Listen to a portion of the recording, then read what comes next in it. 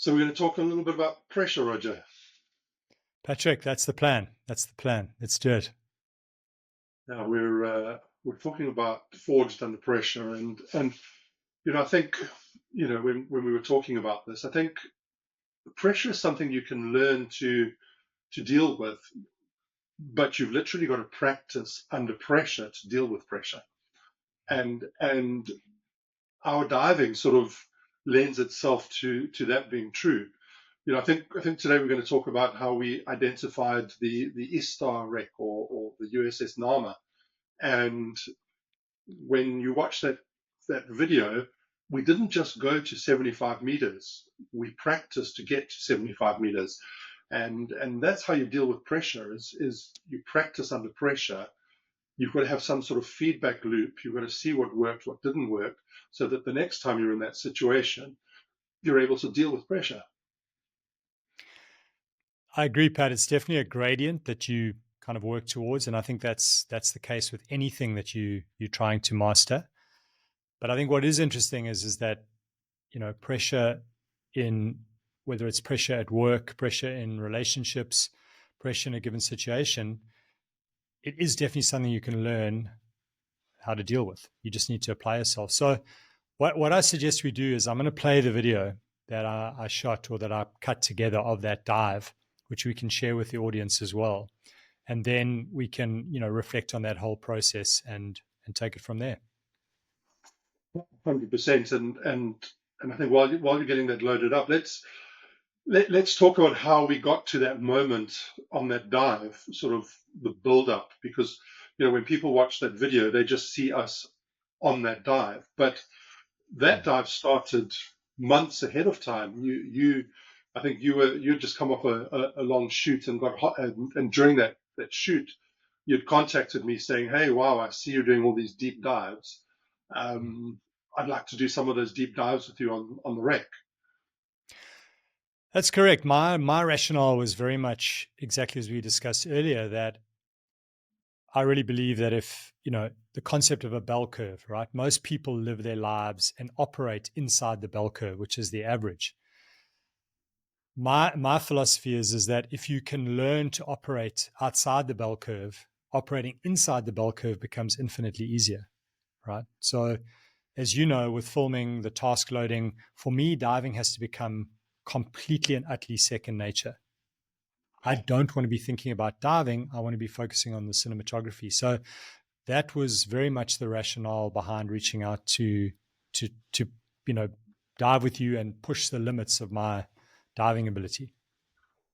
And I think we started to talk about it, and you had been doing a lot of diving, and I'd been doing a lot of diving, but we hadn't dived together. And I suppose that's part of being in a team is if you're from a business point of view, if you're in a team, you get to know each other, and then you start to deal with pressure. And it's the same with the diving team. So we'd been speaking about this for a couple of months. You'd come back from a shoot, came up to Durban, and although we'd both been doing a lot of diving, we hadn't been doing some diving together. So we sort of said, okay, let's start off in the swimming pool just to check our gear, just to check our configuration. And the first dive was in a 3 meter swimming pool. I remember that clearly. And then I remember we did Cooper's. We did the Cooper's wreck. I remember very clearly. And for me, that was also the beginning of filming on a rebreather, which is different because you don't have the same kind of buoyancy control as you do, on scuba. Because when you exhale, your everything stays the same. So that was a whole learning curve for me. But I remember that very fondly. That and also that what I loved about that whole experience was just the anticipation, and knowing that I was stretching myself, knowing that I was going beyond, what I felt comfortable with, and putting myself in a situation that was potentially life-threatening, which of course really focuses your attention. And that always amazed me. I was used to taking people diving and focusing on them. In the background, you're still focusing on yourself because you're still in an alien environment. You've still got to watch your gauges and you still got to look at what you're doing. But at the same time, you're leading people on a dive, and you've got to watch them as well. And then for me, you took it one step further, is you were also focusing through the camera. So I had to watch you not watching yourself, but watching yourself through the camera, and then making sure that I was still comfortable, that you were still checking yourself, because I know how easy it is just to get so mesmerized if you're taking a photo or taking the world becomes oblivious around you. Mm. It's definitely, yeah, it was definitely a wonderful, what they call in learning circles, being in the zone of proximal development, where you just on the cusp of failing.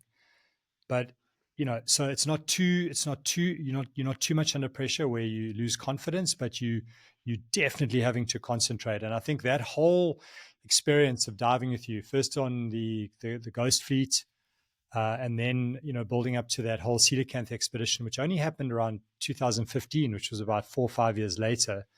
Yeah, Right. very, very vivid memories. I found the clip, Pat. So let me play it, and then we can chat through, the whole experience. Just gonna share it quickly with you so you can see it.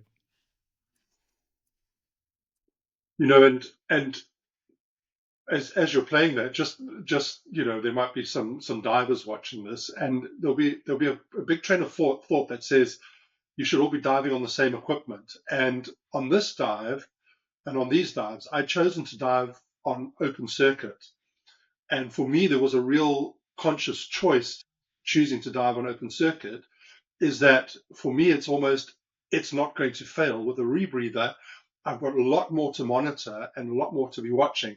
So doing these dives with you, where I knew your focus was on the filming, it gave me some freedom not to worry about the system.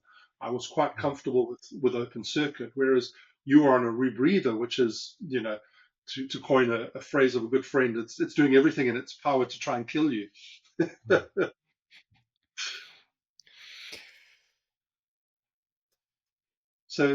So here we are. This is relatively good visibility, although it doesn't look like it. I've dived this wreck before where you can't even see your hand in front of your face, and that adds another element of pressure.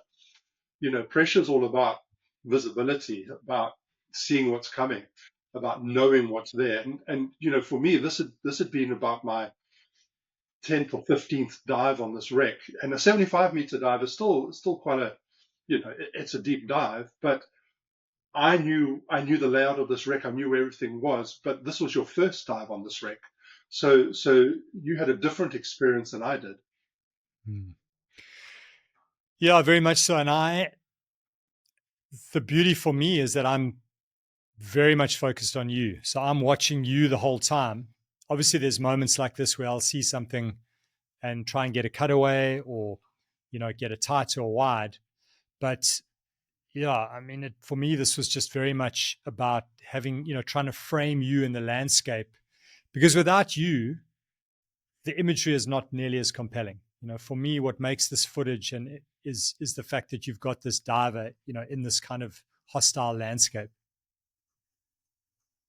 Diver with good trim, I'll add. So to give it some perspective, this wreck is over 100 meters long, and it's at 75 meters. There you can see it had broken in half.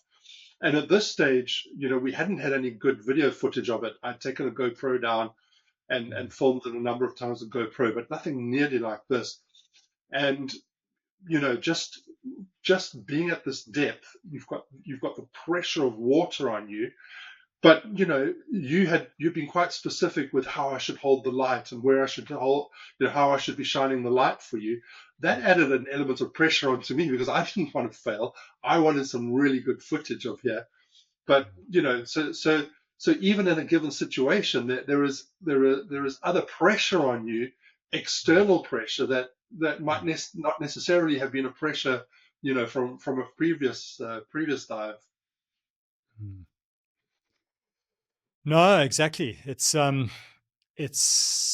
I mustn't push the wrong one here, so I just need to get out of there. So how do I do that, Pat? It's a good question. Roger, I'm not 100% sure. Let's just have a look. Oh, there we go. Stop sharing. Okay, there we go. Okay. Yeah, brilliant. Up I probably should have played that without sound because there might be a bit of a difficult. But let's just reflect on that dive, Pat. So we had one dive, right? I remember it was as far as I recall, that was all footage from one dive.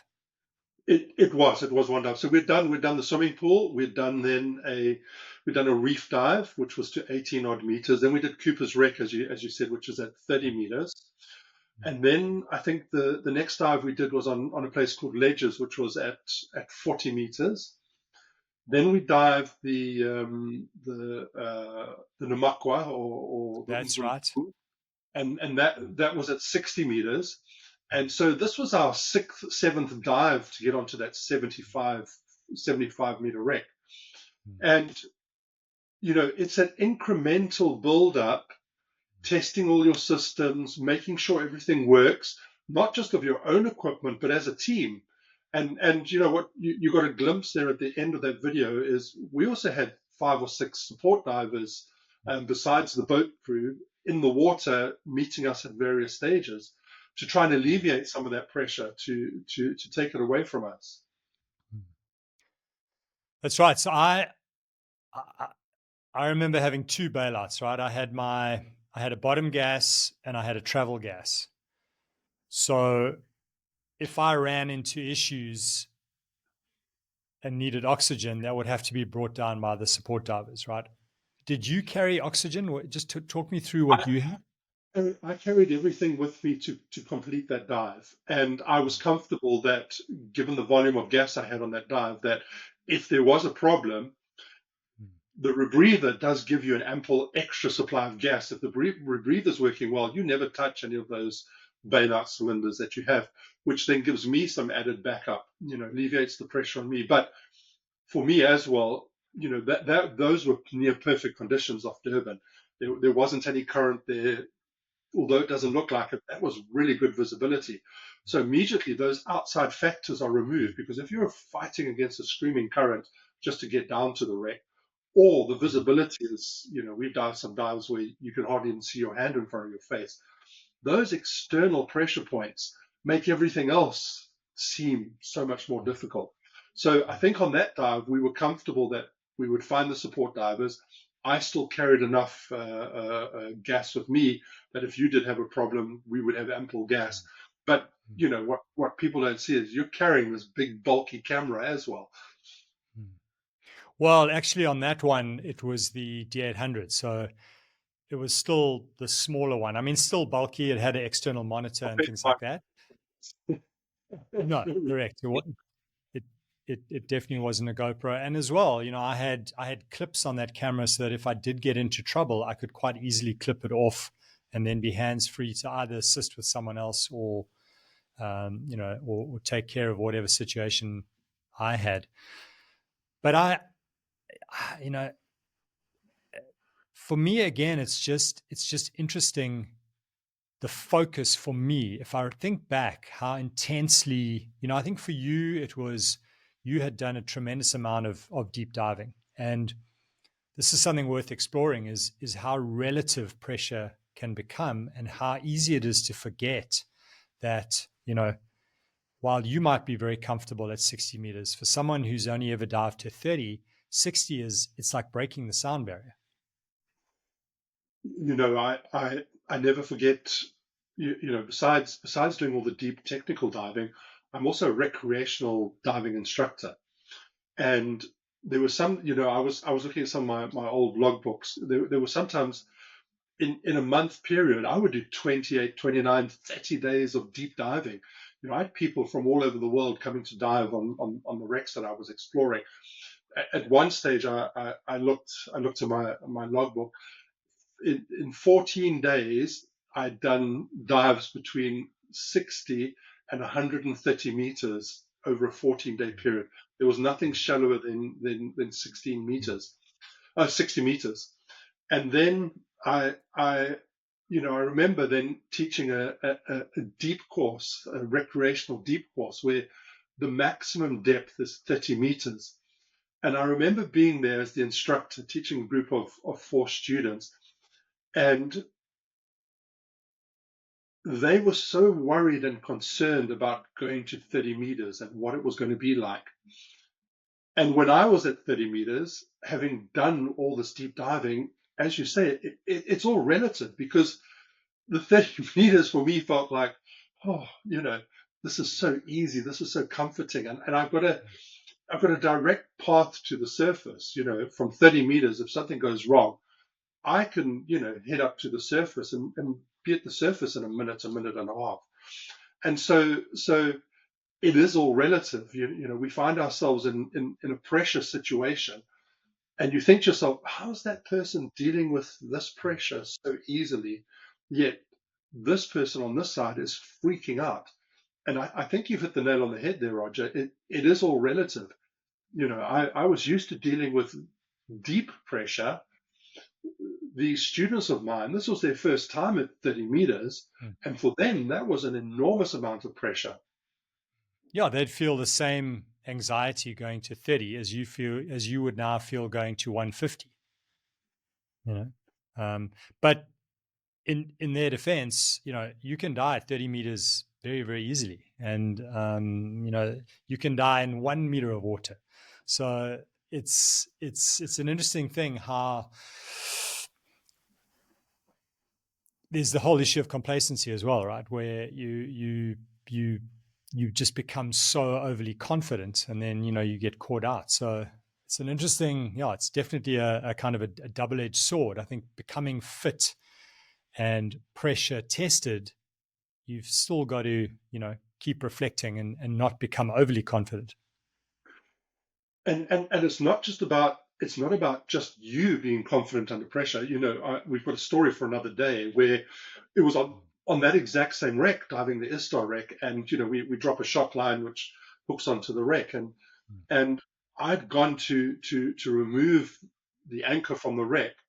The team had already started ascending, and I had a problem, and I was all by myself suddenly with a regulator that had failed. I breathed in water, and suddenly that comfortable, safe space I was in, one thing changed, and suddenly it wasn't very comfortable anymore. And the team was disappearing into the darkness. We can save that for another day. So to your point, it is all relative. The pressure that I'm feeling here today, tomorrow, one thing could change, and you're having to deal with the same pressure differently. The beguiling thing I find with technical diving is that it doesn't feel any different, right? So being at 30 meters and being at 100 meters, assuming you've got the right mix, so you're feeling good, you're not feeling knocked, it doesn't feel any different. But the repercussions of a gas problem or some kind of issue are just amplified 100-fold. And I think often it's that mental, and that's what catches a lot of people, I think, is it's the idea of what can go wrong, knowing that if, they have an issue at 30 meters, no problem. But if they have that same issue at, 100 meters or 120 meters, then, to quote Arnold Schwarzenegger in The Predator, they're in a world of hurt. For sure, that error chain becomes smaller and smaller. And I think I've said this before, is when you're at 30 meters, it's like you're standing in a road and there's a car approaching you at 30 miles an hour or 30 kilometers an hour. And you've got lots of time to make a decision whether to run further across the road, run back, or whatever you do. But when you're at 100 meters, that car's coming at 100 kilometers an hour or 100 miles an hour. You've got a far shorter time to make a decision before that car's upon you. And so, my kids often ask me, or even people that I show some of the videos, like, oh, I can't imagine, what is that pressure like on your ears? And what does that pressure feel like on your body? But as you say, there is zero difference in feeling on a 30-meter dive as there is on a 150-meter dive. I remember we did that dive looking for coelacanths in Sodwana, and we sort of looked at each other. We had planned for the depth, but we sort of looked, and we were at 140 odd meters, and I thought to myself, wow, if I hadn't have looked at my dive computer just to confirm where I was. I could have been at 100 meters. I could have been at 70 meters. And at that stage, that was a really deep dive, but I didn't feel any different. And I think that's also, just to extrapolate from that into life in general. I think we can get into situations where we are under extraordinary pressure, and yet we just don't appreciate the extent of it. And there's that famous analogy of how you boil a frog alive. If you turn the temperature up very, very slowly, it doesn't even know it's getting cooked alive. And it's a disturbing analogy, but I think it's something that is really worth exploring. You can definitely get into situations in life where that pressure is just ratcheting up, but you because it happens quite slowly over time. Whether it might be a financial situation where you're struggling, it catches up with you, and then when you're out of it, you suddenly realize you appreciate how intense it actually was. But because it happens over such a long period of time, you just kind of get used to it, and that can be very dangerous in its own way. Roger, I was born and bred in South Africa and lived all my life until 2017. So I was 47 years old when I moved from South Africa to the UK. And, you grow up in South Africa under this constant pressure, but you don't realize you're under constant pressure. It becomes the normal. So, when you're out late at night and you stop at a traffic light, you're wary around who's around you, you get home, you've got the security, you've got the remote control, the gate goes open, you've got barbed wire or electric fencing around your house. You make sure everything's closed. You've got burglar bars. I'm not trying to make South Africa sound bad. That's just the normality of it. And that is all normal. Even just driving to work, people drive differently there. People have scant regard for speed, speed limits and things like that. But that's just normal. And I remember coming here to the UK, and after the first week of driving to work, I thought to myself, I feel different. I just feel sort of so calm and so at peace. And then I remember listening to the radio because I tuned into BBC Radio Bristol, because I wanted to hear the local news. And I was driving back, and there was a guy who was being interviewed on the radio because he lived in this road, and behind him was this nature reserve. But where he parked his car was a tree that the branch overhung the road. And he had a brand new car, and every night the pigeons would come and roost on the tree above his car, and bird poo all over his brand car. So he went to the hardware store and he bought a piece of plastic spikes, and he didn't even nail it into the tree. He took some zip ties, cable ties, and just cable tied this to this one particular branch, and the pigeons didn't roost there anymore. And there was this big outcry about, so much so it got onto Radio Bristol that he had put this plastic spike, and, the guy was trying to say, but, the pigeons can go and roost in the forest behind. They don't need to sit on this branch. And, I remember thinking to myself, wow, the pressure that we were living under in South Africa, and the reality of, what could have gone wrong if you drove down the wrong road or you stopped too long at the wrong traffic light. It's a completely different pressure than hearing about a guy who's put some plastic spikes on a branch on a tree to stop the pigeons pooping on his car. And so you're right, you get used to pressure so much that you don't realize what that pressure is doing to you until you're removed from that situation and you can take a breath again. And I think that's stress, that's how stress becomes a sort of silent killer, because you learn to handle that stress and you learn to handle that pressure, but you don't realize what that pressure is doing to you. And I think the more insidious the pressure, sometimes, the more long-term damaging that it can be. I'm also interested to find out more, Pat, about the benefits of pressure, because for me, I enjoy a deadline. I enjoy, something that puts me under pressure. I mean, filming for me is one of the biggest reasons I enjoy it, is that, I'm sitting on the sharp end of a wedge where I've got this team that have spent a huge amount of time and a huge amount of money to put me in the right place at the right time. And you absolutely have to deliver. And I think that's also something which I think is very important in life, is you need responsibilities. You need to have these kind of deadlines and these things, because otherwise, it can become.